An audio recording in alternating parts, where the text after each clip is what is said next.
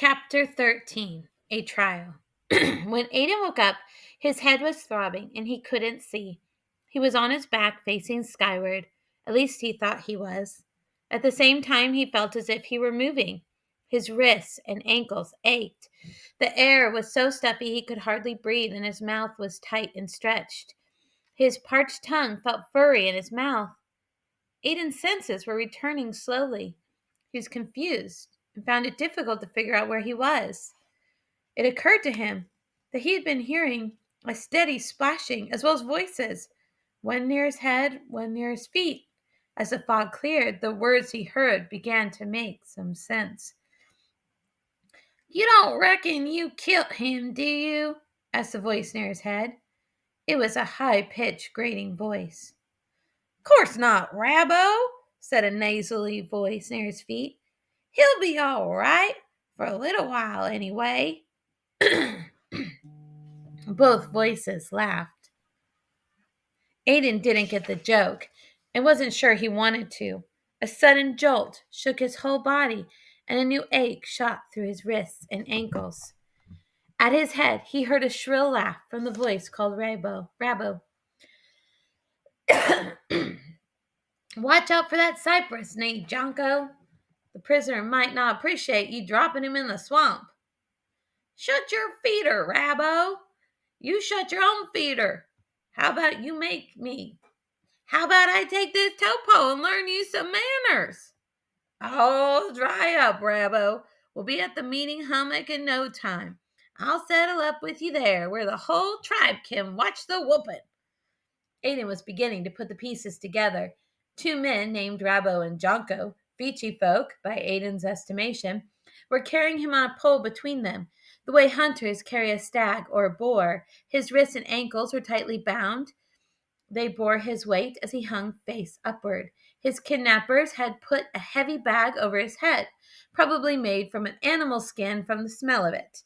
That explained why it was so dark and why it was so difficult to breathe. He couldn't cry out because they had gagged him with vines. The fuzzy sensation on his tongue was a leaf from the vine gag. Jonko, who held the end of the pole near Aiden's feet, was leading the way. They were slogging through a swamp on their way to a place they called the meeting hummock. But what sort of things happened at the meeting hummock?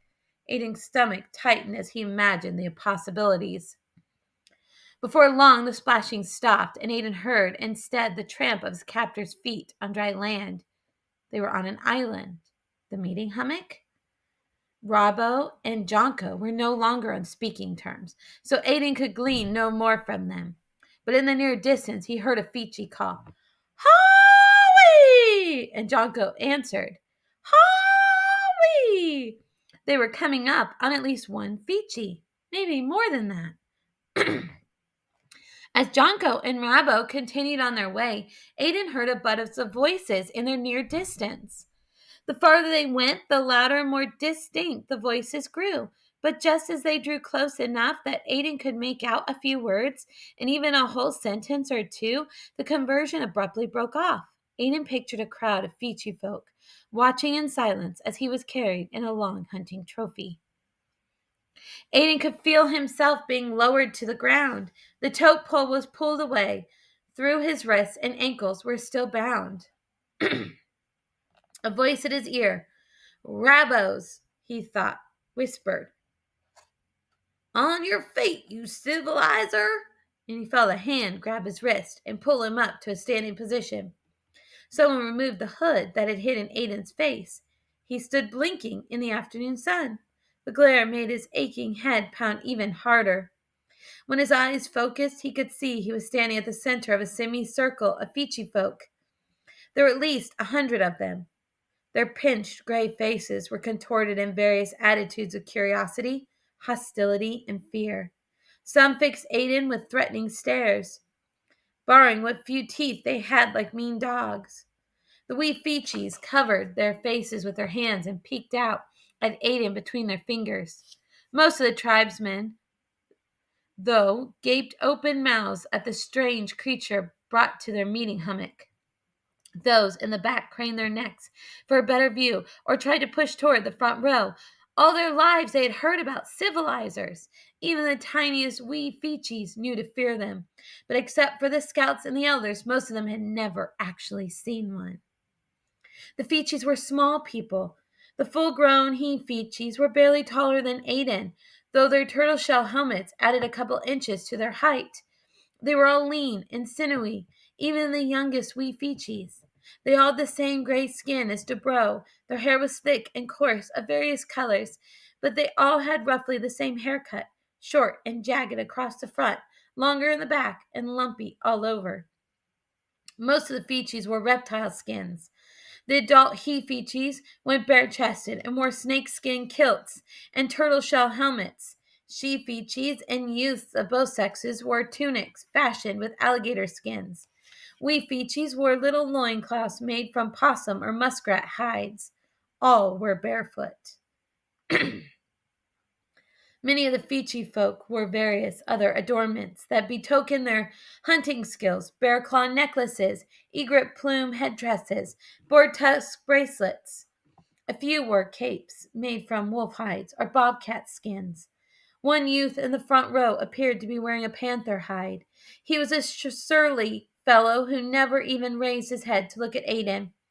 For several seconds, Aiden and the Feechee folk stared at one another without speaking a word. Two he-Feechees stood beside him, one holding each elbow.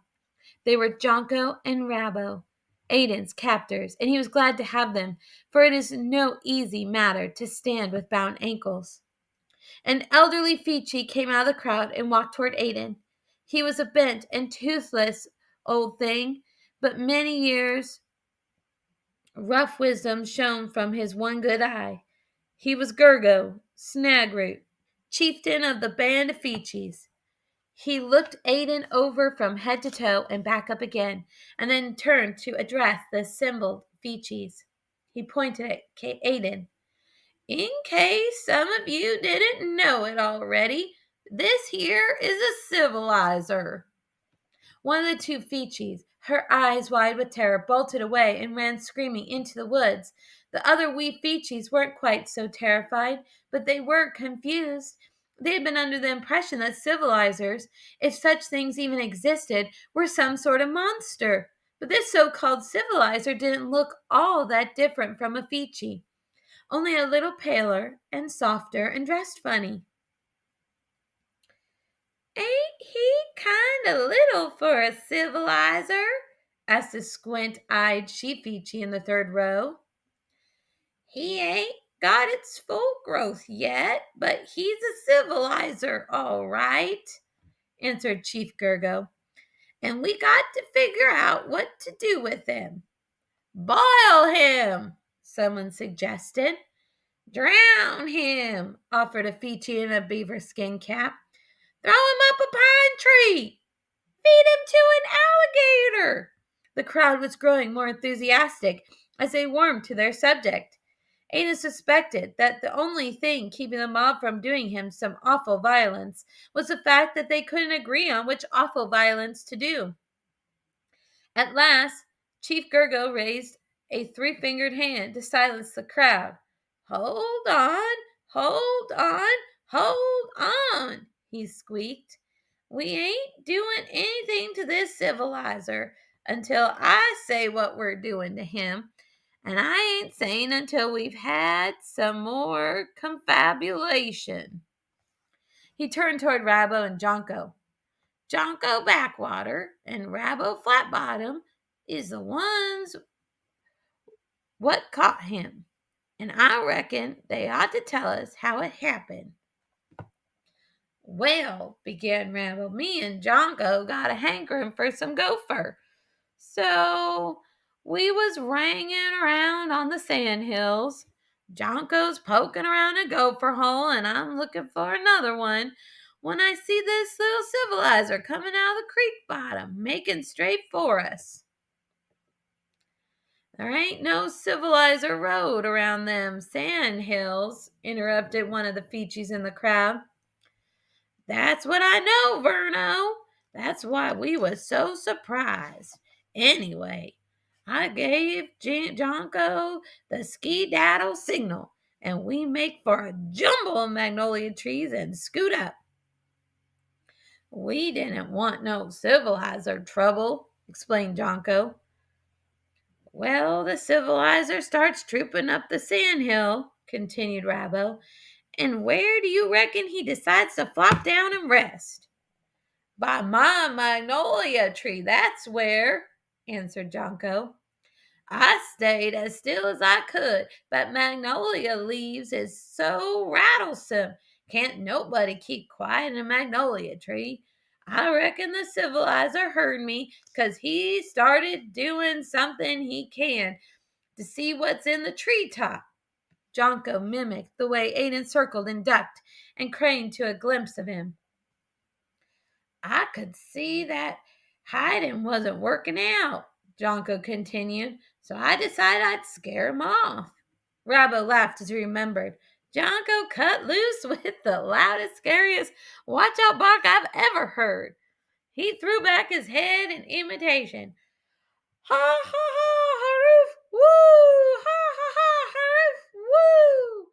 That ain't never been a civilizer wouldn't run home crying when he heard something like that.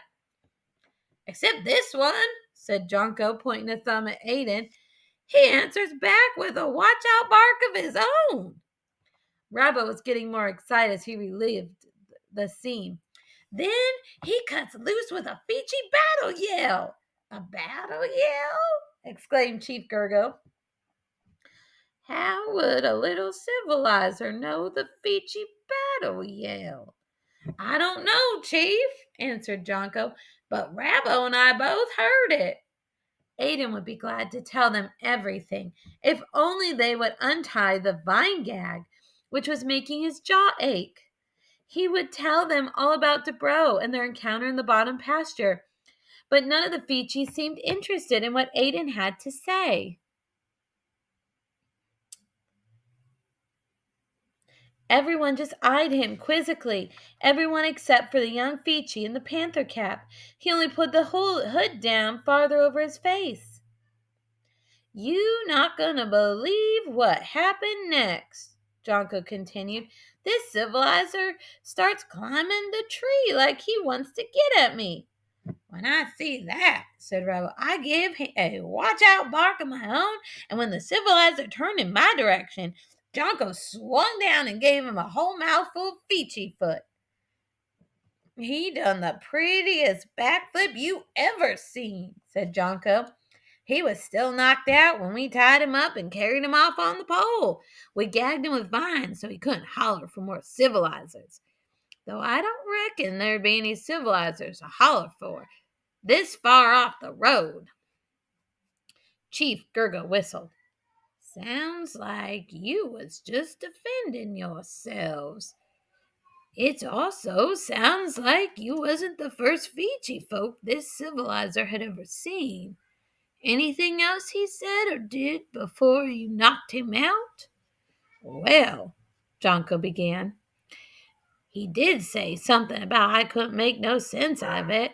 I don't speak civilizer talk. What was it then? Pressed Gergo. When he was climbing up the tree, he kept hollering, Dodo. And I think he said something about looking for a mudfish. Now that ain't it, interrupted Rabbo. He didn't say nothing about no dodo. It sounded more like Togro. Jonko was irritated. I know what I heard, Rabbo. He was saying Toadro. Rabbo put his hands on his hip and sneered at Jonko. That don't make no sense, Jonko. He was saying Gofo. No doubt about it. The two Fijis were chest to chest now, each ready to fight for his own misinterpretation of what Aiden had said. If they would only unbind me and let me speak for myself, I would happily clear things up, Aiden thought. He could tell them that he wasn't saying Dodo or Gofo, and certainly not Toadro but Dobro.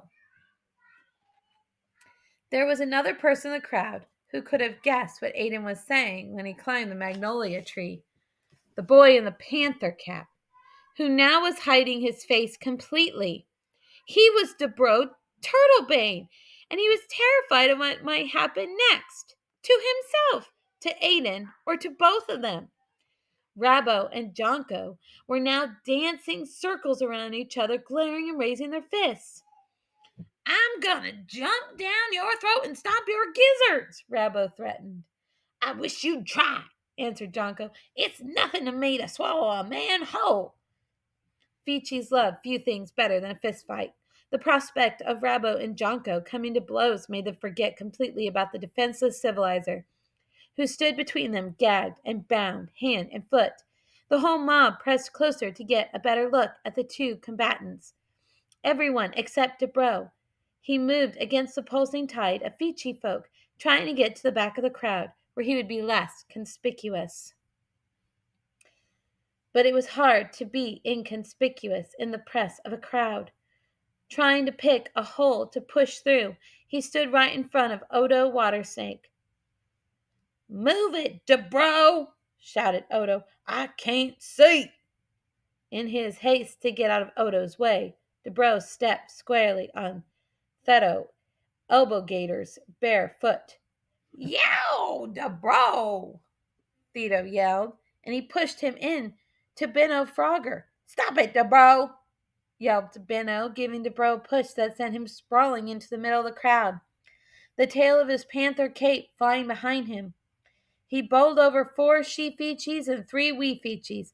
Everyone's attention shifted from Jonko and Rabbo to Debro. Debro! The crowd scolded as if it with a single voice. Jonko and Rabbo dropped their fists and stared, first at one another, then at Debro. Debro! They both shouted. The crowd looked back at them. That's what the civilizer was saying, Jonko nearly shouted, pointing excitedly at Debro. He was saying, Debro! Debro! Debro!